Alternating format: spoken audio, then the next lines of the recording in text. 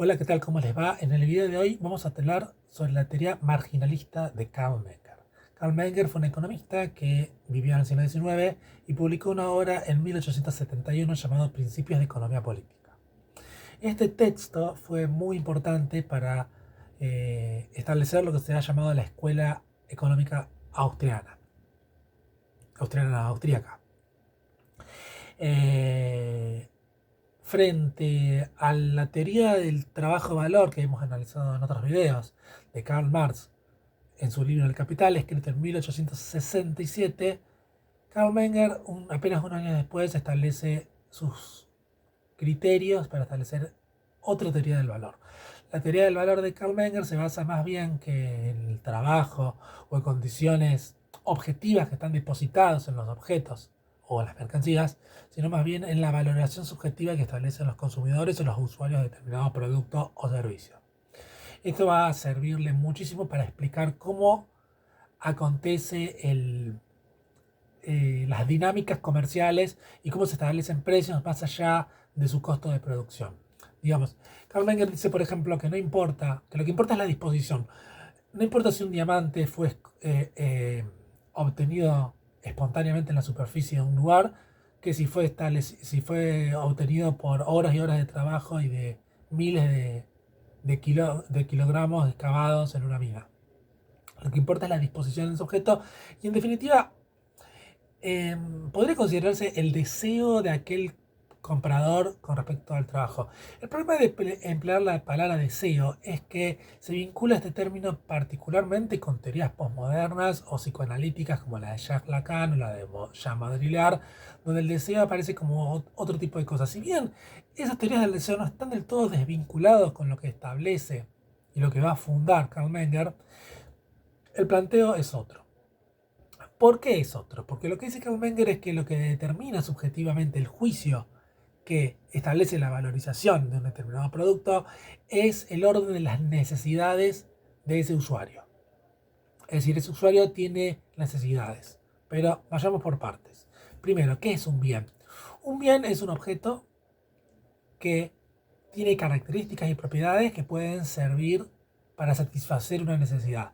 En este punto hay algo parecido con lo que establece Karl Marx cuando habla de valor de uso. El bien, por otro lado, va a decir Karl Menger, no solamente tiene esa capacidad de generar una satisfacción de una necesidad, sino que el usuario sabe que ese bien lo tiene y sabe que si obtuviese ese bien, satisfaría una necesidad.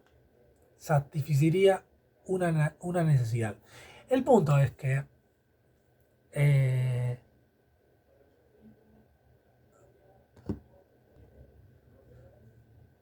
el punto es que este orden de necesidades implica que hay un deseo o un objetivo por parte del usuario de conseguir ese producto. Que se hable de necesidades es importante porque no es algo caprichoso, no es algo que dependa del gusto de uno o del placer de uno.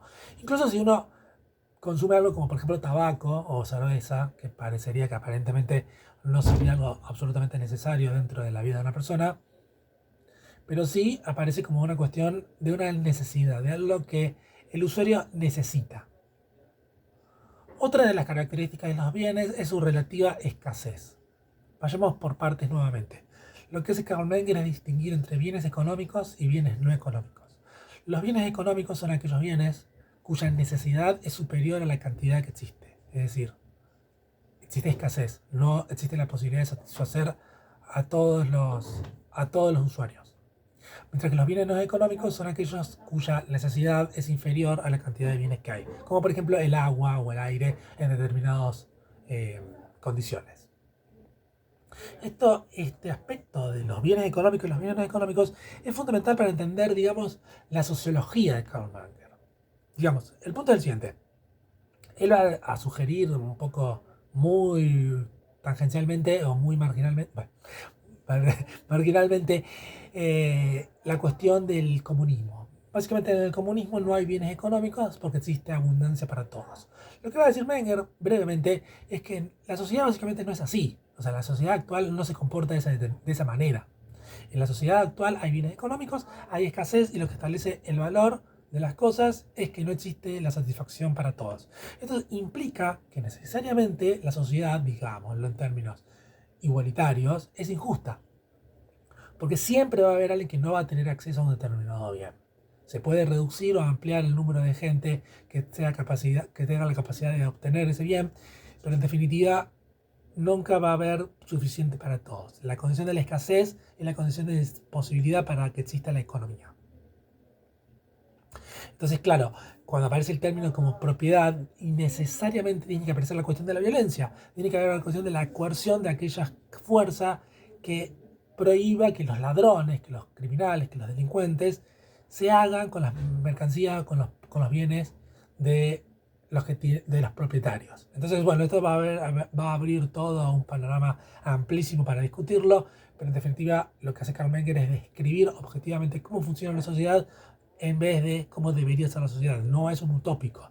No está diciendo que va a haber abundancia para todos, ni que todos vamos a ser felices.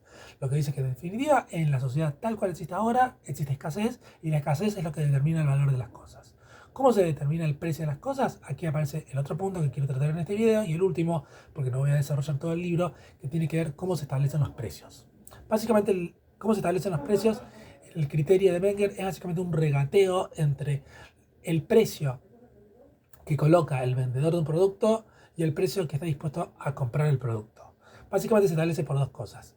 Primero, cuánto el vendedor quiere o pretende por ese producto y cuánto el comprador está dispuesto a pagar por ese producto. Cuánto ese comprador está dispuesto a pagar por el producto no depende solo de ese bien, sino que depende del orden general de todas sus necesidades.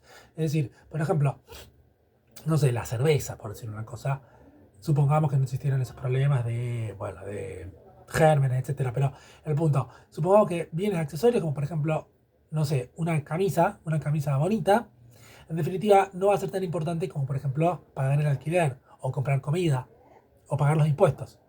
Va a estar establecido en otro orden de jerarquías. Entonces, cuánto uno está dispuesto a pagar por un determinado producto depende de cuáles son el orden general de las necesidades de esa persona. Digamos, los productos superfluos están en lo más bajo de las necesidades. Pero bueno, siempre va a estar relativamente compuesto por cuál es el ingreso o el estilo de vida de esa persona. No sé si me explico. Entonces el punto es el siguiente. Cómo se establecen los precios depende de cuánto puede llegar a ganar económicamente, cómo se comporta económicamente un agente. El agente se comporta económicamente cuando maximiza su ganancia mediante un orden racional. Eso es comportarse económicamente. Lógicamente, si el valor de las cosas se establece por un juicio subjetivo, existe la posibilidad del error. Uno puede creer que un objeto es muy valioso cuando en definitiva no lo es tanto. Por ejemplo, uno puede llegar a tener una adicción por determinada droga y considerarlo que es lo más importante para su satisfacción, mientras que en realidad se equivoca, por decir una cosa. Entonces, pongamos el caso siguiente. Por ejemplo, que hay 10 compradores de un determinado producto, digamos, no sé, un caballo. Hay 3 caballos que están a la venta y 10 compradores. El primero estaba dispuesto a pagar una unidad monetaria de 100, el segundo a pagar una unidad de 90, el tercero una unidad de 80, así sucesivamente. Es decir, que si el vendedor quiere maximizar su ganancia, lo que tiene que hacer es, si vendiese el caballo a 10, a 100 quiero decir, solamente lo podría comprar una persona. Si en cambio lo vendiera a 90, lo podrían comprar 2 personas. Si lo vendiera a 70, lo podrían comprar 3 personas. Mientras que el margen, todos los que están afuera, quedarían fuera de la capacidad de adquisición de ese bien. Eso es el orden de la escasez. Entonces, claro, el valor de precio que va a adquirir un determinado producto o un bien va a depender de cuántos compradores potenciales existen. Supongamos que el vendedor no tuviera 3, sino que tuviera 10. No lo vendería a 10 para que todos tuvieran acceso a esos bienes. Lo vendería, ahora no tengo la cuenta hecha, pero los vendería aproximadamente a un número para que algunos compradores compren varios de esos productos y de esa manera maximice su ganancia. Suponiendo que sea un objeto que se pueda comprar varios productos, obviamente.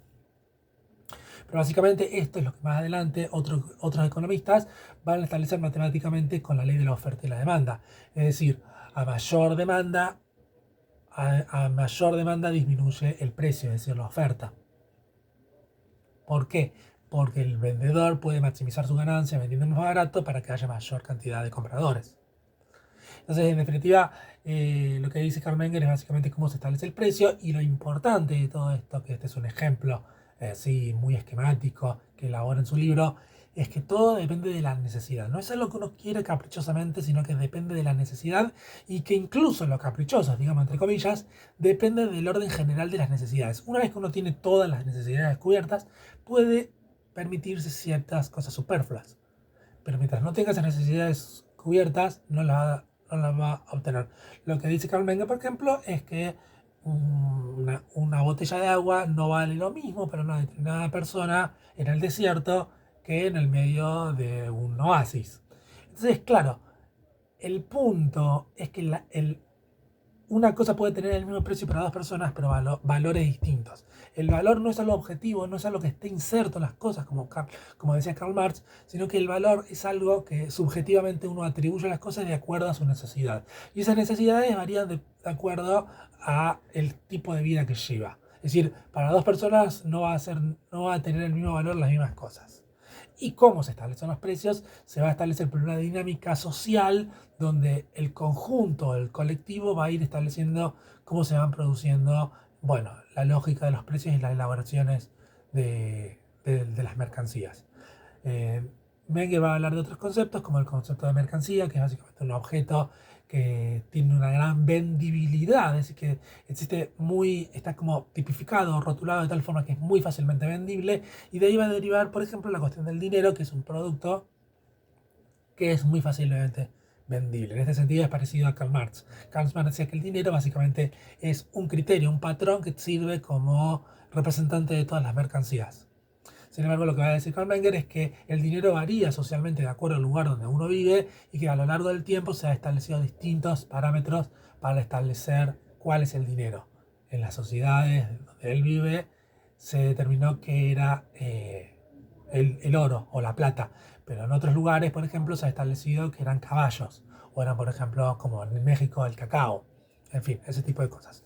Pero eso es básicamente lo que quería establecer en este video, un poco para contrabalancear lo que estuve estudiando o exponiendo con Karl Marx y establecer que existe una teoría del valor alternativa a la del trabajo como fuerza, como trabajo objetivado en las mercancías, sino que tiene que ver con cómo uno valora subjetivamente las cosas. Y esto va a abrir un gran panorama para cómo se va a estipular cómo funciona subjetivamente y valorativamente la economía y el capitalismo y no va a depender solamente de los costes de producción. Entonces esto determina que algo que cuesta muy poco productivamente puede llegar a valer un montón porque se ha establecido esa necesidad en una determinada sociedad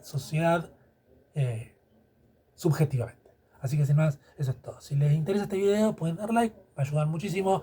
Suscríbanse si quieren más contenido. Y este video está basado en un texto que está en mi blog de Substack. Así que sin más,